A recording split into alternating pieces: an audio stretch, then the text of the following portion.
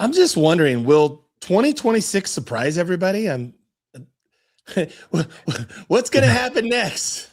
Yeah, I think you are thinking around the right lines. Typically, having been doing this for 30 years, I would tell you that most years are very similar to the preceding year, right? There's a trend with very small variability.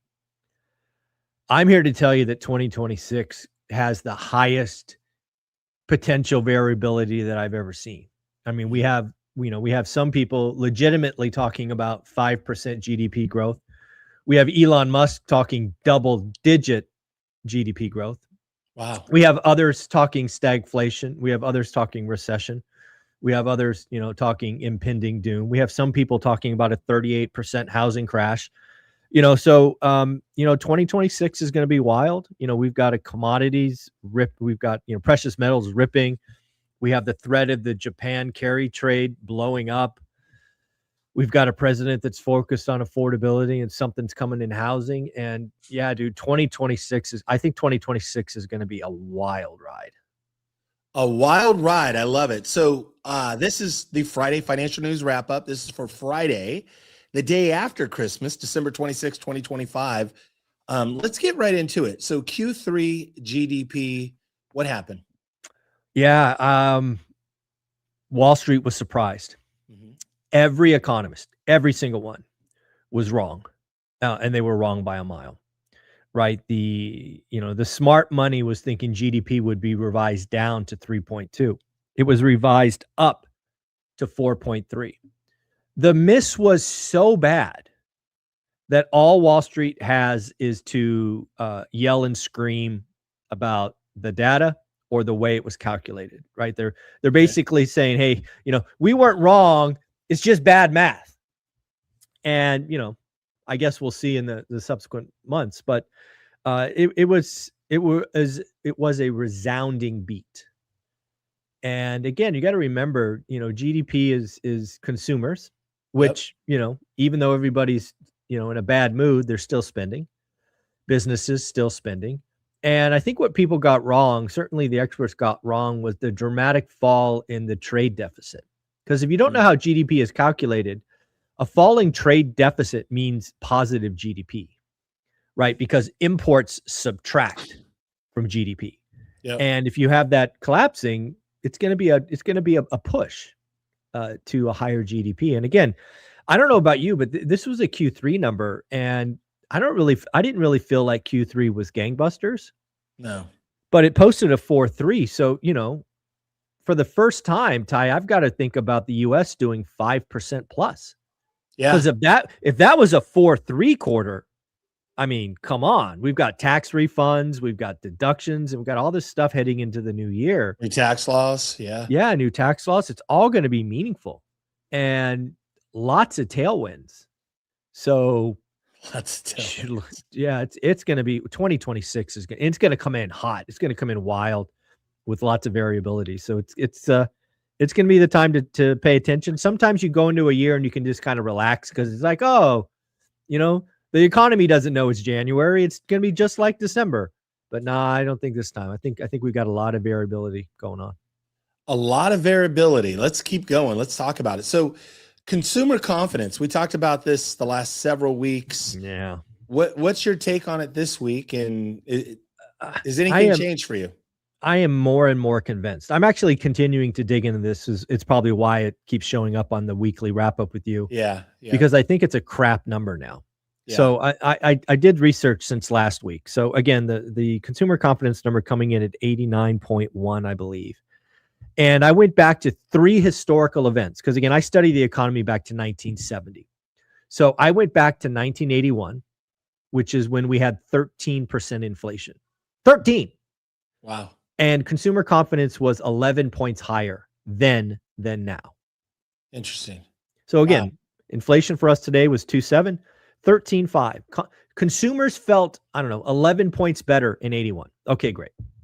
How about the depths of the 2000 bear market? Consumers felt 9 points better then than now. How about shutting down the freaking country at the depths of COVID? Wow. the country felt 2 points better. Wow. So let me get this right. We had double-digit inflation. We had the worst stock market crash since the Great Recession, a housing collapse, and we shut the economy down. And in all three environments, the consumer felt remarkably better than today with 4% GDP, 2% inflation. I mean, it's call me crazy, but something's broken in, Shitsville. And I think the people that are responding to surveys are just complainers and whiners. And I guess the people that aren't, responding, we're just out doing stuff. Yeah. So I think consumer confidence is a BS report at this point. Not accurate, even though it's something we report on. It's just out of date. It's antiquated or something. Something's broke. Something's weird. Something's wanky. They got to go back and read. There's no way that the consumer is worse today than the GFC, than COVID, in the height of inflation. That just doesn't make a lot. Like, you got to look at that logically and go, does that make sense? And the answer is hell no. So something's wrong. Something's wrong. Interesting. Very interesting. Okay. Well, we'll keep an eye on it. Let's keep going. Let's talk about weekly unemployment claims. Yeah. Again, we got the number a little bit early. It was on Wednesday. Usually comes on Thursday. And we're I'm nervous to say this word, but I'm going to say it anyway. We're stuck at between 210 and 220. Yeah. Nothing's breaking, right? We've got to break over 300, probably even 320 to really get, the Fed nervous. As long as weekly unemployment claims stay, 220-ish plus minus, there's going to be no urgency from the existing Fed to cut. Now, what happens in May with the new president, we'll see. But yeah, as long as weekly claims stay at, 210 to 220, no cut in January for sure. Okay. So then that would raise the next question. Then when do you see the next cut? God, that's a great question. I don't have a great answer. I haven't thought about it a lot because there's a meeting in January, March, April, June is how I think it goes. So I'm comfortable saying January is a pause. I'm going to go with the second meeting. So I'm going to say March. And right now the data doesn't say that. I think the Fed Watch tool has June as the first cut. I'm going to say March because I think the job market is a lot more rickety than people think. And I think inflation is better than people report because, again, I'm so focused on the miscalculation of rent. And I think rent is finally rolling over. Rent last report was plus 3.6. It's actually negative 0.1. So there's a whole point of inflation that should fall off just because of math. So we'll see. So I'm going to pick I haven't given it a lot of thought, 10 seconds. I'm going to say March. March. Okay. Interesting. And so again, March, April, June. So January, March, April, June is what we're looking at in this first. I believe so. Okay. Yeah, okay. I believe so. Interesting. Okay. We'll obviously we always keep our eye on it. So let's talk about, so 2026 GDP. You talked about this, I think last week or in the daily financial news this last week. What do you see for GDP going forward in 26? So the first time I heard somebody talk about 5% growth in GDP, it was President Trump. And I have to admit, I wrote it off. I'm like, come on. I mean, that's talk about somebody talking their book, right? Right. Yeah, I get why you say that, but come on. The US is because you don't usually grow at 5% when you're this large. And, the more I look at it, the more I dug into how Q3 posted 4.3. Okay. The fact that I think the US consumers on average are going to get the largest tax refunds ever. The fact that we have new tax codes for businesses and investors go into effect. Yeah, dude. Gosh, you ask good questions. So if you gave me the over under of 4, which is what I did on the daily financial news, I'm taking the over. The over. Okay. I'm taking the over, yeah. In 26. Interesting. So I mean, man, just a lot of new variables, right? Is there any one thing that you can say, okay, well, here's what shifted? Was it the tariffs? Did the tariffs end up moving GDP when you say the net negative, the trade I think deficit? it was tariffs did what they should do, right? So tariffs, again, everybody looks at tariffs being a tax, aka inflation. However, as I tried to educate people all year, or at least since April, they're actually demand destructive. And that means less imports. And by happenstance, less imports mean higher GDP. This just math, people. And yeah, I think, not to mention that, assuming the Supreme Court doesn't reverse them, which is a huge risk that could happen. I think you have to say, at least in mass, the tariffs have been a slightly net positive. Now you have to have a lot of follow through. This is early. This still can go backwards. But if we're sitting here at the end of 2026 and we're talking about new factories being actually developed, because it's hard to turn on a new factory, you got to build it and all that. But yeah, if we actually start producing more here by the end of 26, yeah, I don't think you can look at them as a bad thing. I think they're surprising people. Once again, I think anything Trump says, you either go Trump is God or Orange Man bad. And I think he's such a bifurcated individual that he makes all rational people get irrational, and they don't step back and look at like the facts on the field. And yeah, I guess it'll be interesting to see what the Supreme Court does, because I dug into that like 6 months ago, and I think Supreme Court's going to reverse it. I don't think Supreme Court's going to let him do that. So we're going to see if he has a backup plan, like a plan B and a plan C. But we'll see what happens. Now, let me throw a curveball in here. So, just in the show notes, we talked a little bit in the show notes talking about gold, silver, Bitcoin. Talk about what's going on in the market there, and kind of how does that all play into this week in terms of. So I thought a lot about this yesterday, Christmas Day. I actually thought about gold and silver, and then I'll throw in Bitcoin as well, because they're ripping higher. And again, they're ripping higher today. I think gold or silver was up like $3. Last time I saw it, silver was at $75 an ounce. And I think gold was like 45 and change. And you have to ask yourself why. So this is my opinion, having thought about it for a while, is I think what's going on is you're seeing foreign countries, foreign consumers who traditionally had bought the US dollar, meaning treasuries. Yeah, they're increasingly losing faith in the dollar and choosing to move their, won or yen or whatever into a physical metal. So I think you're seeing, ex the US, consumers and countries disproportionately turn to physical metal, silver and gold. And that change, even if that change was only 5 or 8 or 10% kind of delta, the market for the precious metals is not very deep. It's not a very, huge market. So any incremental changes just drives up demand.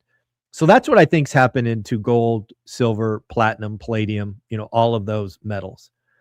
And then we should probably throw in Bitcoin. And Bitcoin is shockingly not behaving the same way, at least not behaving the same way yet. It's interesting when you look at the performance for 25. I think Bitcoin is down. And it's like Bitcoiners will say that Bitcoin is digital gold. Well, clearly it's not, right? Gold's up, I don't know, 100% and Bitcoin's down 16 or whatever it is. So clearly not. Is it inflation hedge? I don't know. It appears it's just a risk asset, and it's risk off, and you keep getting these big rug pulls or these big moves that just strip leverage from the system. I can't believe people are constantly playing crypto with leverage. I mean, they just get rug pulled every Sunday evening or whenever it is, when there's no liquidity. They just get all their stops taken out. And yeah, I think I don't think you can be a true Bitcoiner who believed that it was the digital gold and say, yeah, that still stands, because it's just behaving so fundamentally different on the field. Now, I still own some. I mean, in fact, I own more Bitcoin than I own gold, right? If in a dollar value, I own a lot more Bitcoin than I do gold. But I don't think you can say, at least today, that Bitcoin is digital gold. It's nowhere close. It's not nearly acting the same way. Interesting. Very, very interesting as we're going into a new year, this digital age we're in. So, okay, well, we'll come back to it. Well, we'll come back to it for sure. So let's talk about who is Torsten Schluck versus Nice. Mark Zandi. I know who Mark Zandi is. We talked a lot about Mark Zandi, but Torsten, who is Torsten Schluck? So he's the chief economist at Apollo Group. Okay. And really, I've come to respect Torsten and Mark a lot, mainly because they have nearly completely opposite views, right? Mark is a bear and Torsten's a bull. Yeah. And I absolutely love kind of, the devil and the angel, looking at the field, right? They're both looking at the same field, the US economy, and they're coming back with completely different opinions. And I would argue completely rational opinions, because I can understand exactly why Mark Zandi is nervous, right? I completely understand why Mark Zandi says, we're built on a bunch of matchsticks and the economy is going to explode to the downside. I can also look at the economy and the plays on the field like Torsten Schluck and say, hey, Q1 is going to be slow, but we're 26 will surprise to the upside after that. And I just love both these guys. They're both anchored in reality. They both wear their opinions on the field, and they're not afraid to be wrong, which is obviously something I love to do, right? Make a call and stand by it. Don't get wishy-washy. So I love both those guys. And if you were just a casual viewer and you don't catch the daily financial news, I would tell you to, bookmark or, whatever, search these two guys, because they'll keep you up to date. But to be clear, you got to read them both. You can't just read one or the other because you'll get stuck in an echo chamber. I like both of them because, again, Mark is generally negative and Torsten's generally positive. And it's that juxtaposition that allows me to get my own opinion. Okay. And interesting. So let me just kind of go, because we're toward the end of the show notes. Is 2026 going to be uncertainty, ups and downs, not head fakes, but just kind of like, it looks like this is going to be the strongest economy ever. Oh my God. It looks like the economy's, maybe it's weak. Maybe there's some major problems. How do you see with the GDP growth and kind of what do you see as 2026? Is it going to be a boom or the beginning of a boom? What do you see 2026? If I put you as Zandi or Torsten, I certainly lean more Torsten Schluck. I actually think 2026 is going to surprise people to the upside, right? I called the above on the 4% GDP, right? Yep. So it's hard. Like if we do get 4% GDP growth, it's hard to be Mark Zandi, right? It's just hard. It's hard to be negative with the U.S. economy growing at 4+%. But that said, I mean, there are certainly risks out there that could, because I think my opinion is 2026 is going to be a slow burn and gain momentum. I think Q2 is stronger than Q1, Q3 stronger than Q2. So I think it's not dramatic and it's not up and down. That's how I see it going. But, there certainly could be a pivot somewhere in there that takes it down and makes Mark correct. I mean, Mark has legitimate concerns. And I'll be paying attention. I'll be looking. Basically, Mark's anchor for his negative thoughts is the job market. And the good news is we get a weekly report most Thursdays, right? We didn't this week. It was on Wednesday. So most Thursdays we get the weekly unemployment claims. And so we're going to get a heartbeat. We're going to get 52 heartbeats next year. And that will break first. If that breaks to north of 300, Mark, and certainly if it breaks north of 320, Mark could be right. But, we've been stuck at 215, 214, 218, 212. We had a 196 a couple weeks ago. It's just not there yet. Is private credit, I mean, we were talking about that 3 months ago. Is private credit still potentially a hiccup? I think private credit, there's lots of pain. And frankly, lots of pain equals lots of opportunity. So I'm excited for private credit blowing up. But again, I think private credit had a big equity position going in, so there will be losses. But again, the equity will take a big cut. For example, you have a $5 million building that was overpaid. Like somebody's got stupid and overpaid for it. They probably got a loan for 3.6, which means, 1.4 of that equity is gone first. And then the bank takes a, $600K haircut, right? They don't take the full $2 million haircut. So yeah, I think private credit has a problem. I think there's more bankruptcies to clean up. I think because if you zoom out at all of these charts, there was a 2 to 2.5 year period where we basically did not punish stupid deals, right? Foreclosures, bankruptcies, everything was just artificially compressed. And we're just going through the reverse of that, where the pressure comes flying out and everybody's losing their mind. Bankruptcy's up 50%, foreclosures up 20%. I'm like, you guys are idiots. It's just like a garden hose when you were a kid, right? You fight to keep the garden hose compressed and you release it. It shoots out wildly at first and then it goes back to normal. We're just in that wild shootout right now. At least that's my opinion. So, yeah, but I mean, there's still plenty of opportunity. I look at all this pain as opportunity. I'm currently extracting multiple six figures of equity into a cash out refi because I want to have cash so I can write stupid offers.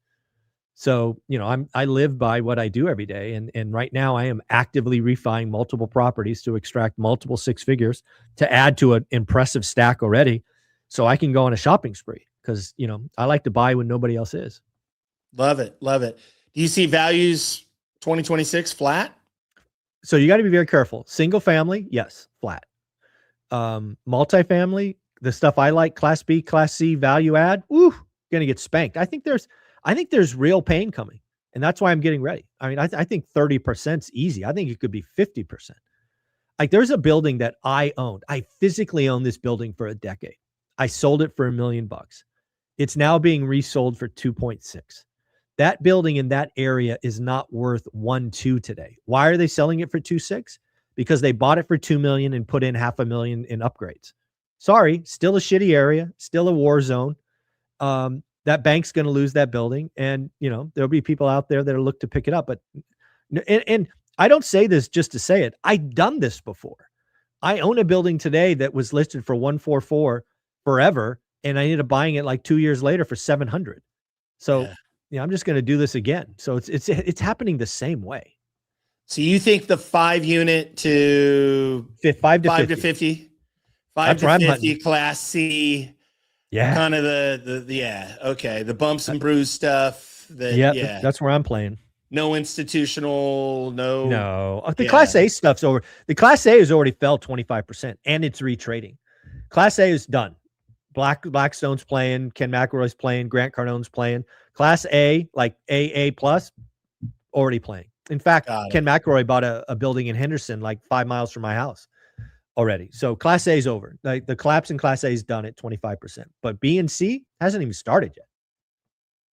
Folks, here we go. We're just over here having a great conversation on a Friday morning, revealing opportunity. Let's talk about, so we got 2 things going on. Let's talk about the Vegas event, number 1. Talk about that. Are there still tickets available? You're going to close the window. What's going on with Vegas? Why should people be there? Well, a couple of things. I just like to share everything that's going on. So I have not sold a single ticket to our Vegas event since December 18th. So I'm very disappointed.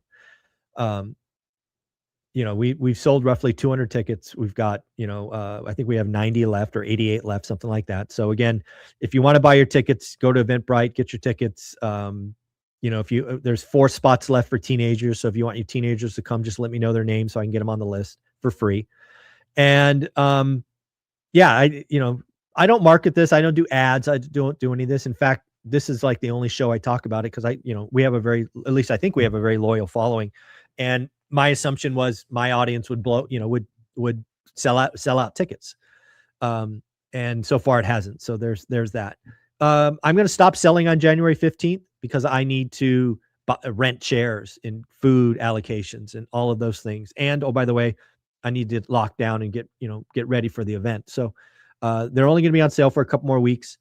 We got 2 headliners this year. We got Jason Hartman day 1, Pace Morby day 2.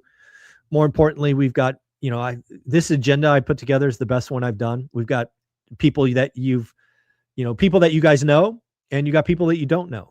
And again, my events are not, back of the room, bring your credit card nonsense. They're 30 to 35 minutes of value. And then you get to ask questions and, you get 6 hours of networking. You get fed. You don't, that was a mistake in year 1 is I didn't feed everybody. So we did that in year 2 and I'm going to do it again. 50 grand in food for, 2 lunches, a dinner, and a, celebration of cakes and cupcakes and things like that. So, yeah, it's the best event of the year. It's in Vegas. It's on President's Day weekend. So you can travel home Monday. You don't have to, you're not going to miss work. I do that on purpose because, I was a full-time employee too. So yeah, it's, it's a family reunion. So, help me out, get your tickets, talk to your tax person. Maybe you can write them off on your taxes. Maybe you can, maybe you can't, but talk to them. And yeah, I would have, honestly, I thought my audience would have sold it out already, but maybe next year. Folks, buy your tickets. Come on, get yourself to Vegas. Talk about school. What are you doing? You got all kinds of really great stuff going on. Yeah, school's amazing. 509 people, I think, as of this morning, 9 accountability groups. I just gave away the Get Your Money Right course because we crossed 500. I did something else for school that's really cool. Last 2 years, this because you were there. We had a Zoom call. We had a Zoom, and I charged people $99 to attend. Yep. And I think I made 12 to 15 grand. So there was over 100 people both years that bought the virtual. I will not sell virtual tickets this year. I will only stream it in school. Only in school. It's the only place you can get it. Why do I want to do that? Because it is my belief that if I can get more people into school, which I'm hoping 100 more people join, right? That's my goal, that probably half of them will stay because of the value of the community. The other half will just game the system. And I'm telling you, go game the system. I don't care. Sign up for a month and then cancel your membership just so you can get all of this live stream stuff. I get it. It's not a problem. No harm, no foul. I won't be upset. I just believe in the community. Yep. And if we can get 100 people to join because of this, legendary event, that more than half will stay. That's my gamble. I'm gambling on that. And, setting up an extra camera and extra mics and all that stuff's not free. And, I'm rolling the dice to see if this is a good idea or not. So we'll find out. I love it, folks. Go get your tickets to the live event in Vegas. Join the school community. It's the best $20 you'll invest in yourself. Michael, anything else you want to share? Man, your Christmas was good. Oh yeah. Christmas is good. Had a daughter in town. It's always fun to be with family, good food, good fun. I want to thank you. Right. This is our final weekly wrap up of 2025. Yeah. We're friends, obviously off of air, but knowing that you do this every Friday for us is great. Even when you're traveling and stuff is amazing. The audience owes you a debt of gratitude for making this commitment. So from me to you, thank you so much. Happy New Year. And I can't wait to see what we do next year. My pleasure, man. What a lot of fun. Folks, thank you for watching. Subscribe, like, follow, get involved with school. Michael, thank you for all you do. Have a great weekend. Take care, brother.